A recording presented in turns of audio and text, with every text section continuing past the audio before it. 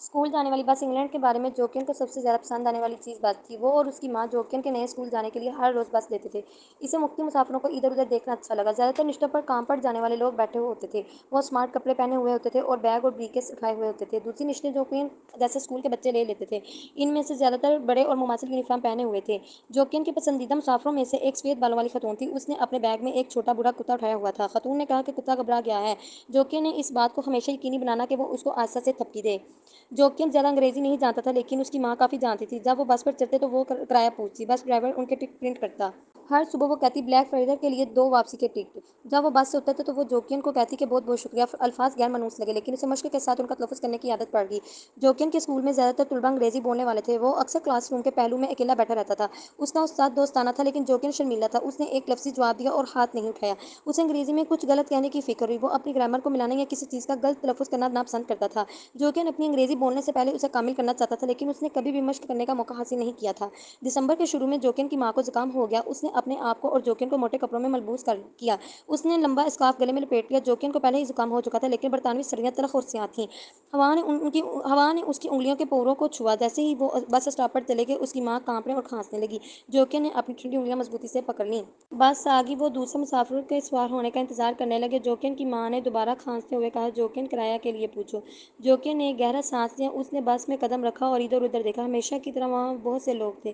وہ اپنے فون یا کتابوں میں مشغول تھے۔ بوڑھی عورت اور اس کا کتا ہی اوپر دیکھ رہے تھے۔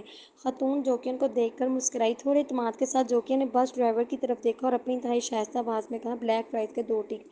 بس ڈرائیور نے الجھ کر اس کی طرف دیکھا بلیک فرائیڈے۔ جوکین نے محسوس کیا کہ اس کا چہرہ سرخ ہو رہا ہے۔ بلیک فرائیڈے کے لیے میرا اسکول بلیک فرائیڈے میں ہے۔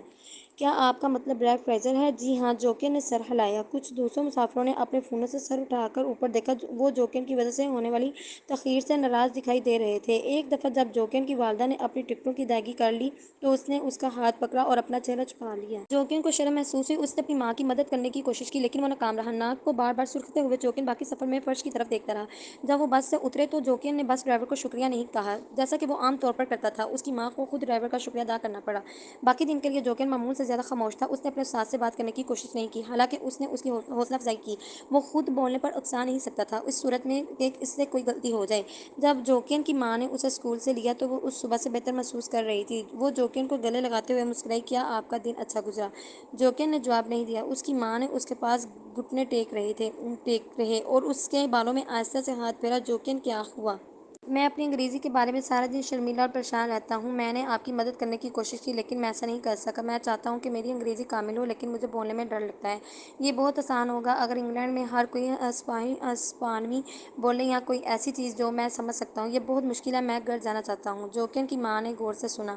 جب جوکین اپنے آنسو پونچھنے کے لیے رکا تو اس نے کہا کوئی بات نہیں میرے پیارے، نئی چیزیں سیکھنے میں وقت لگتا ہے۔ میں سمجھتی ہوں تم میری مدد کرنے کے لیے اچھے لڑکے ہو۔ شکریہ۔ اس نے اس کے ماتھے پر بوسہ دیا۔ تمہیں کامل ہونے کی ضرورت نہیں ہے۔ کوئی بھی مکمل نہیں۔ آپ کو بس پر اعتماد ہونے کی ضرورت ہے۔ وہ مسکرائی۔ آپ بہت اچھا کر رہے ہیں اور مجھے آپ پر فخر ہے۔ ہمت نہ ہارو جوکین۔ جوکین نے سر ہلایا۔ اسٹاپ پر جاتے ہوئے اس کی اپنی ماں کی باتوں کے بارے میں سوچا اور محسوس کیا کہ وہ ٹھیک کہہ رہی ہیں۔ یہاں تک کہ بہترین لوگ بھی کبھی کبھی گڑبڑ کرتے ہیں اور غلطیاں کرتے ہیں۔ جوکین نے سوچا کہ جس چیز نے انہیں بہترین بنایا وہ یہ تھا کہ وہ اٹھے اور اگلے دن دوبارہ کوشش کی۔ اگر وہ پر اعتماد ہو اور اپنا سر اونچا رکھے تو وہ کچھ بھی کر سکتا ہے۔ بس انہیں گھر پہنچانے کے لیے پہنچی۔ بس پھر سے بڑھی ہوئی تھی اور جوکین نے کو سوٹ میں اسکول کے بچوں اور کتوں والی خواتین کو دیکھا۔ یہ سب ایک دوسرے سے یا اپنے فون پر بات کر رہے تھے۔ وہ اعتماد کے ساتھ بات کر رہے تھے اور اگر وہ غلطی کرتے ہیں تو وہ اسے ہنسی میں اڑا دیں گے۔ جب وہ اپنے اسٹاپ پر پہنچے تو جوکین اور اس کی والدہ بس سے اترے اور جوکین ایک روشن پر اعتماد انداز میں بس ڈرائیور کی طرف مڑا۔ شکریہ۔ بس ڈرائیور نے مسکرا کر شکریہ ادا کیا۔ جیسے ہی جوکین اور اس کی ماں گھر گئے اس نے فیصلہ کیا کہ غلطیاں اتنی بڑی نہیں تھیں۔